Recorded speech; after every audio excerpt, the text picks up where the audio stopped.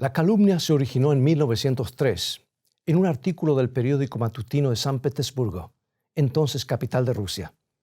Algo acerca de un plan siniestro para apoderarse del mundo. Un número sorprendente de personas lo creyeron. La mentira se esparció por toda Europa durante las décadas siguientes, susurrada aquí, debatida allá, a veces abiertamente impresa. Y finalmente, al final de la década de los 30, la loca e increíble historia reclamó a sus víctimas. 6 millones de judíos murieron de hambre, baleados, quemados y asfixiados, sacrificados por una calumnia que pocos quisieron combatir.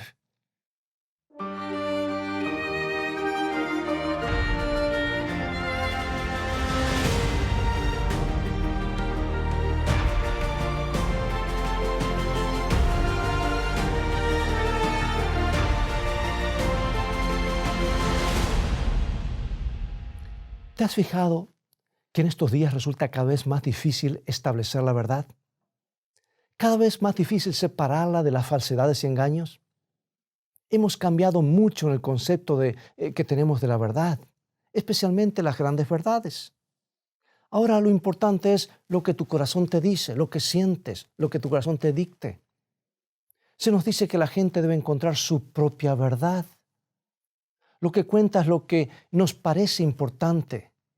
Se nos persuade en diferentes formas a creer que en realidad no hay grandes respuestas ni principios sólidos, simplemente tenemos que fabricar los nuestros. Y hoy en día nos sentimos orgullosos de nuestra tolerancia, que es buena tenerla, pero realmente es una tolerancia barata, posible solamente porque muchos piensan que en realidad no importa lo que creamos siempre y cuando seamos sinceros. Pero nuestra sinceridad se acaba cuando somos confrontados con la evidencia y con la verdad. Y Él nos dice, no importa lo que hagas, si sientes que en tu corazón es verdad, eso debe ser verdad. Parecemos haber olvidado lo desastrosa que puede ser una mentira. Hemos olvidado que detrás de ese horrible holocausto, 6 millones de judíos fueron exterminados durante la Segunda Guerra Mundial. Y el periódico de San Petersburgo, que mencioné al comienzo, publicó un artículo bajo el título de Un programa para la conquista del mundo por los judíos, acuerdos de una reunión de los ancianos de Sión. Ese fue el título. Y el editor del periódico dijo haber descubierto una serie de documentos en los cuales un miembro de una sociedad judía secreta describía una conspiración para apoderarse del mundo. Primero, derribarían la democracia europea por medio de propaganda. Luego los negociantes judíos crearían inquietud en el mundo industrial alzando los precios. Finalmente, al caer la sociedad gentil, las ciudades serían bombardeadas y los oponentes exterminados con inyecciones de enfermedades mortíferas. El mito de la gran conspiración judía había nacido. Se lo llamó Protocolos de los Ancianos de Sión. Y millones lo aceptaron como un hecho. Era muy fácil sospechar de los que no pertenecían a la sociedad cristiana.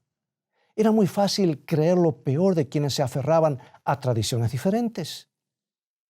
Muy pocos dudaron de la mentira. Casi ninguno sospechó los terribles peligros. El mito de los protocolos se esparció por toda Europa durante las primeras 3 décadas del siglo pasado. La gente sospechaba de todos los judíos. Toda tradición judía que los unía podía interpretarse como parte de la gran conspiración. Y probablemente algunos ciudadanos dieron poca importancia a la calumnia. Tal vez eliminaron de sus preocupaciones diarias ese rumor de un gobierno secreto del mundo que operaba detrás de las escenas. ¿Qué importancia podría tener?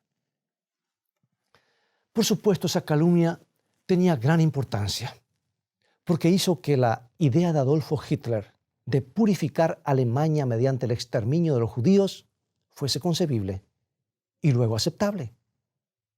Cuando la gente veía los vagones llenos de hombres, mujeres y niños con una estrella amarilla, pasaban de largo. Después de todo, ¿no eran ellos los que estaban planeando una conspiración malévola? Cuando la gente pasaba frente a las líneas de hambrientas víctimas de los campos de concentración, miraban para otro lado. Después de todo, ¿no habían procurado estos judíos apoderarse del mundo? Y al final, 6 millones de seres humanos fueron destruidos, sacrificados por esa gran mentira.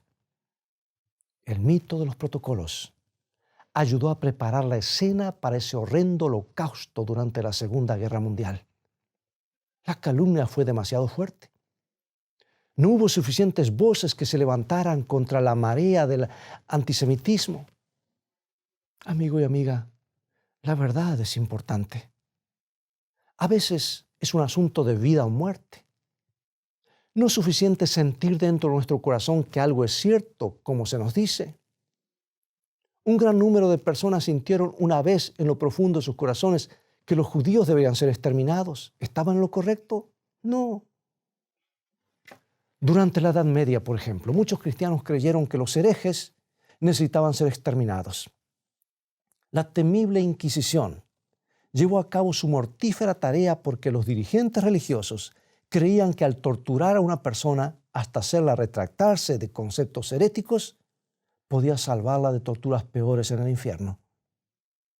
Los cristianos llevaron a cabo cruzadas sangrientas para capturar la Tierra Santa de manos musulmanas, porque sinceramente creían que era la voluntad de Dios. Su honor exigía que la Santa Jerusalén descansara en manos de los cristianos. Ellos eran sinceros y celosos. Muchos dieron sus vidas. Pero ¿a qué desastre lo condujeron sus creencias? Décadas de derramamiento de sangre, constante animosidad entre cristianos y musulmanes hasta el día de hoy. ¿Sabes? Lo que creemos puede ser una gran bendición o un gran desastre. La verdad es importante. Nuestras creencias importan porque son un asunto de vida o muerte. Los escritores de la Biblia lo hacen bien claro. Escuchemos la declaración ferviente que hace San Pablo en Gálatas 1:8. Y él dice así: Mas si aún nosotros o un ángel del cielo os anunciare otro evangelio diferente del que os hemos anunciado, sea anatema. Palabras fuertes del apóstol. El verdadero evangelio de Jesucristo es muy importante para él. No se trataba de solo una opinión, algo bueno para creer. Era un asunto de vida o muerte. Y advirtió a sus seguidores que se cuidaran de falsos evangelios, no importaba cuán impresionantes fueran. Y el Apocalipsis, amados, que es la revelación de Jesucristo, cierra con una solemne advertencia. Así cierra la Biblia con estas palabras. Capítulo 22, 18 y 19. Yo testifico a todo aquel que oye las palabras de la profecía de este libro. Si alguno añadiere a estas cosas, Dios traerá sobre él las plagas que están escritas en este libro. Y si alguno quitare de las palabras del libro de esta profecía, Dios quitará su parte del libro de la vida y de la santa ciudad y de las cosas que están escritas en este libro. El mensajero de Dios creía que proteger la integridad de su palabra era de vital importancia. Sí, hay una palabra verdadera de Dios y también existen distorsiones de esta palabra. Hay quienes le agregan palabras propias o le quitan lo que parece desagradable. La gente puede escuchar la verdad receptivamente o pueden tratar de manipularla a su manera. ¿Sabes que este asunto de la verdad y su falsificación será cada vez más prominente a medida que la historia se acerque a su fin? La presión para creer las grandes mentiras de Satanás serán más intensas. La marea del antisemitismo arrasó a millares de individuos, al parecer decentes, a participar en el terrible holocausto. Otra marea presionará a la mayoría de los habitantes de la tierra a un desastre aún mayor. Porque el libro de Apocalipsis nos muestra una bestia, el anticristo, que tuerce la verdad divina y organiza una guerra contra el pueblo de Dios. Y Jesucristo nos revela esto en Apocalipsis 13:8.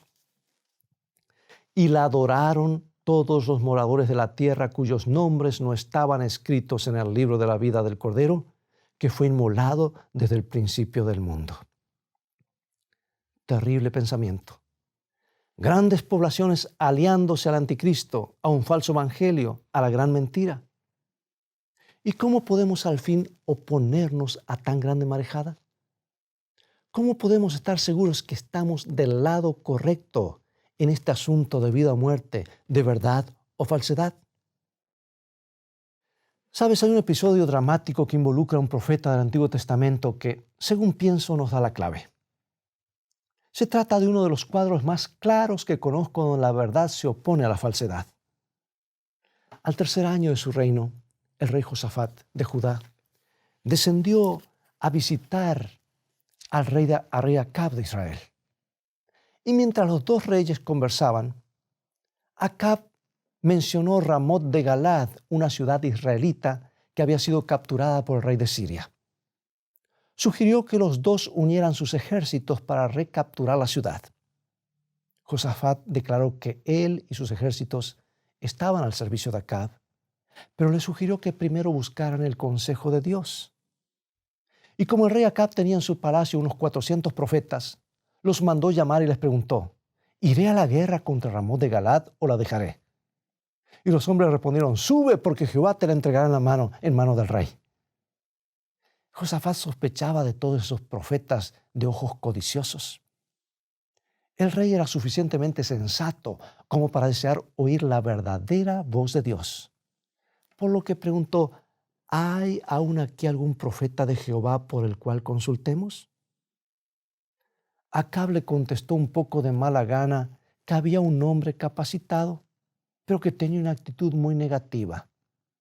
Micaías, hijo de Imla, mas yo le aborrezco porque nunca me profetiza bien.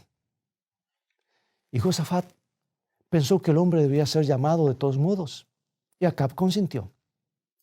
Y mientras Micaías iba en camino, los 400 profetas a sueldo trataron de sonar más convincentes y se agitaron hasta el frenesí. Ataquen a Ramot de Galad y saldrán victoriosos, gritaban. Un hombre incluso se puso cuernos de hierro y danzando declaró: con estos acornearás a los sirios hasta acabarlos. Y cuando el mensajero que había ido a llamar a Micaías lo encontró, le dijo lo que aparece en el primer libro de Reyes, capítulo 22, versículo 13. He aquí que las palabras de los profetas a una voz anuncian al rey cosas buenas. Sea ahora tu palabra conforme a la de alguno de ellos, y anuncia también buen éxito. Pero Micaías no estaba de acuerdo en profetizar lo que Dios no le mandara, por lo que miró directamente a los ojos del mensajero y le contestó: vive Jehová, que lo que Jehová me hablare, eso diré. Allí estaba un hombre que se preocupaba por la verdad de Dios y no estaba dispuesto a comprometerse. Los dos llegaron a la escena y Micaías se paró frente a los dos monarcas vestidos con sus ropas reales y rodeados de los 400 profetas falsos. Acab miró al profeta de Dios y le preguntó con desgano: ¿iré a la guerra o la dejaré? Las otras voces se aquietaron. Acab miraba al profeta con rencor. Micaías decidió ponerlo un poquito a prueba. Y como burlándose de los falsos profetas, les dijo: sube y serás prosperado, y Jehová te lo entregará en las manos del rey. Lo que Micaías estaba realmente diciendo era: ¿de veras quieres saber? Y Acab le contestó que sí. Aunque ante el piadoso Josafat quiso aparentar que siempre le interesaba saber la verdad, y le dijo: ¿hasta cuántas veces he de exigirte que no me digas sino la verdad en el nombre de Jehová? Entonces Micaías se lo dijo sin ambajes. Y su mensaje está en el libro 1 de Reyes, capítulo 22, versículo 17. Yo vi a todo Israel esparcido por los montes como ovejas que no tienen pastor. Bueno, no era un mensaje muy animador. Y Acab perdió el interés en saber la verdad. Mirando a Josafat se quejó: ¿No te había advertido? Ninguna cosa buena profetizará él acerca de mí. Pero Micaías siguió hablando. Le dijo al rey Acab que los centenares de profetas falsos eran espíritus de mentira que lo conducirían al desastre. Y airado Sedequías, jefe de ellos, abofeteó a Micaías. Pero el profeta se mantuvo firme. Al final, Acab no escuchó. Mandó a la cárcel al profeta. y se fue porfiadamente a la batalla donde le alcanzó el desastre que Micaías había predicho. ¿Cómo pudo este profeta solitario afrontar la marea de tantas otras voces que lo contradecían? Decidió expresar solo lo que Dios le indicara. Estaba afirmado firmemente en la palabra del Señor, en lo que dice Dios. Esa era una verdad que valía la pena defender. Era un mensaje claro que no debía ser comprometido. Y Micaías, a diferencia de Acab, estaba dispuesto a escuchar lo que Dios dijera, buenas noticias, malas noticias o una mezcla de ambas. Estaba dispuesto a ir donde la verdad de Dios lo llevara. Amigo y amiga, ahora mismo podemos saber dónde estaremos al fin, cuando las fuerzas del error amenacen barrer con la verdad. Hagámonos esta importante pregunta. ¿Estoy dispuesto ahora a escuchar cualquier cosa que Dios quiere decirme? Su palabra. ¿Estoy dispuesto a abrazar cualquier verdad que su palabra revela? Esa es la clave. No necesitamos realizar hazañas heroicas para enfrentar el futuro, sino ser buenos oidores. Sigamos escuchando el verdadero evangelio, las buenas nuevas de Jesucristo que nos salva por gracia. Sigamos escuchando la verdadera palabra que nos enseña cómo mantener una relación con Él. Sigamos aferrándonos a la verdad, a toda la verdad, porque el Espíritu Santo nos conduce a toda la verdad. Pero escucha, si comenzamos a sentirnos incómodos con el Evangelio, tal como el Señor nos enseña en su palabra, si comenzamos a ignorar parte de la palabra, es señal de que algo anda mal. Si solo queremos escuchar parte de lo que Dios está diciendo, entonces estamos pisando terreno peligroso. Llegará el día cuando desearemos manipular la verdad en vez de escucharla. Desearemos revisar la palabra en vez de obedecerla. Descendemos de multitud de creyentes que creyeron la verdad y la obedecieron fielmente en los peores tiempos. El apóstol Pablo lo describió como una gran nube de testigos que nos animan en la vida cristiana. Permíteme mencionar a uno de ellos. En el año 250 después de Cristo, cuando Decio era emperador de Roma, un anciano cristiano llamado Pionio llegó a la ciudad de Esmirna. Pasó por una puerta doble y caminó entre dos filas de columnas que se extendían por 2 cuadras colmadas de gente. Era llevado al templo de Némesis para presentar un sacrificio y comer carnes paganas. Un oficial del templo llegó y dijo al cristiano: por supuesto que sabes cuál es el edicto del emperador que te ordena presentar sacrificio a los dioses. Y Pionio contestó calmadamente: conozco los edictos de Dios que requieren que lo adoremos solo a Él. Varios oficiales trataron de persuadir a Pionio para que hiciera el sacrificio, pero él firmemente rehusó hacerlo y finalmente lo enviaron de vuelta a la prisión. Pocos días después lo volvieron a traer al templo. Esta vez Pionio se sorprendió al ver que su propio obispo había cedido a las amenazas, inclinándose ante los dioses. Pero a pesar de ello continuó del lado de la verdad. Pionio dio un discurso ante la multitud protestando la forma injusta en que los cristianos eran tratados y advirtiendo del juicio venidero. Y cuando los oficiales trataron de convencerlo a que se comprometiera, él les dijo: ¿cómo quisiera persuadirlos a ser cristianos? Ellos se echaron a reír diciendo: no puedes persuadirnos a ser quemados vivos. Y Pionio contestó: es mucho peor quemarse cuando uno ya está muerto. Algunos espectadores se impresionaron al ver la elocuencia de Pionio frente a la muerte y exclamaron: ¡qué educación! El deseo de Pionio era impresionarlos con algo más. No es esta clase de educación, les dijo. Reconozcan, sin embargo, la educación del hambre, las muertes y otras pruebas por las cuales han pasado. Y Pionio se refería a los desastres recientes que habían ocurrido en ese lugar. Tenía la esperanza de que la gente se impresionara a buscar a Dios en medio de sus tristezas. Sus oidores no recibieron el mensaje Y alguien gritó, pero tú también sufriste hambre como nosotros, con nosotros. Y Pionio contestó, pero confiaba en Dios. Pionio mantuvo esa esperanza hasta los últimos momentos de su vida y murió crucificado. Encuentro muy impresionante el testimonio de este creyente tan poco conocido. La verdad le importaba más que su propia vida. Y en vez de aterrarse ante su sentencia de muerte, advirtió a los espectadores en cuanto al juicio. En vez de airarse contra sus perseguidores, les presentó los mandamientos del Señor y testificó acerca de su esperanza en Dios. Y a manera de conclusión, amigo y amiga, personalmente deseo mantenerme firme hasta el fin como Pionio. No quiero que la ola de la falsedad me arrastre. Quiero permanecer firme y seguro en la verdad de Dios. Decidamos permanecer unidos y firmes hasta el fin. ¿Podremos hacerlo? Podemos comenzar ahora decidiendo escuchar todo lo que Dios nos diga, entregándonos a toda la verdad de Dios.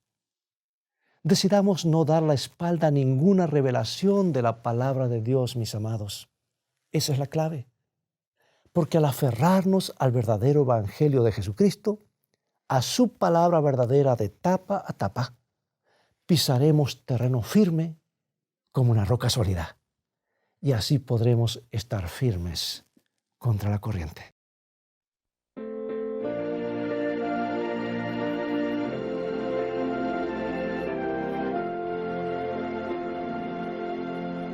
Cuando llegue el momento de tu decisión, no lo dejes por alto pasar. Si lo haces, estás en peligro mortal. ¿Has pensado lo que puede costar? El pecado te hace tu alma perder, aunque el mundo se postre a tus pies. Puede ser que la puerta cerrándose esté. ¿Has pensado lo que puede costar? La inmortal dicha tú puedes sacrificar por andar en la senda del mal. Si al espíritu ahogas, te puedes perder. ¿Has pensado lo que puede costar? El pecado te hace tu alma perder, aunque el mundo se postre a tus pies. Puede ser que la puerta cerrándose esté. ¿Has pensado lo que puede costar?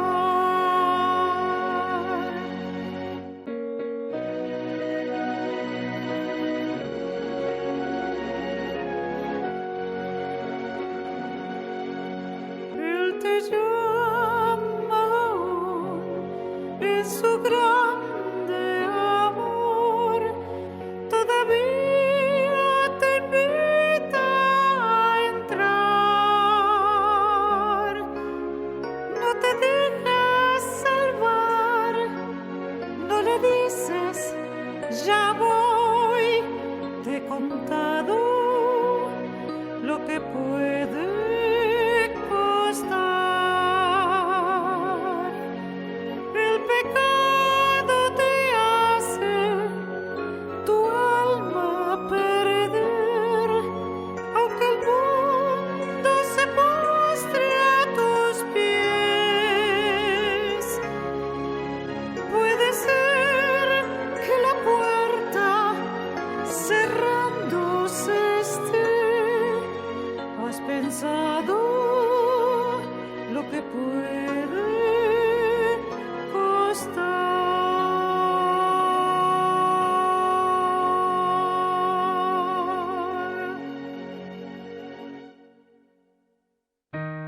Acompáñame a orar. Padre nuestro, ayúdanos a ser buenos oidores. Hay tantas voces que compiten entre sí, tantas distorsiones de la verdad. Ayúdanos a escuchar cuidadosamente tu verdad, a ser honestos y sinceros ante ella. Te agradecemos por las maravillosas noticias que revela. Queremos basar nuestras vidas hoy y en lo futuro sobre el Evangelio de Jesucristo. En su nombre oramos. Amén. Todo cristiano tiene la oportunidad no solo de esperar, sino de apresurar la venida de nuestro Señor Jesucristo. Si todos los que profesan el nombre de Cristo llevaran fruto para su gloria, cuán prontamente se sembraría en todo el mundo la semilla del Evangelio. Rápidamente maduraría la gran cosecha final y Cristo vendría para recoger el precioso grano. Cristo espera con un deseo anhelante la manifestación de sí mismo en su iglesia, cuando el carácter de Cristo, nuestro Señor Jesucristo. Si todos los que profesan el nombre de Cristo llevaran fruto para su gloria, cuán prontamente se sembraría en todo el mundo la semilla del Evangelio. Rápidamente maduraría la gran cosecha final y Cristo vendría para recoger el precioso grano.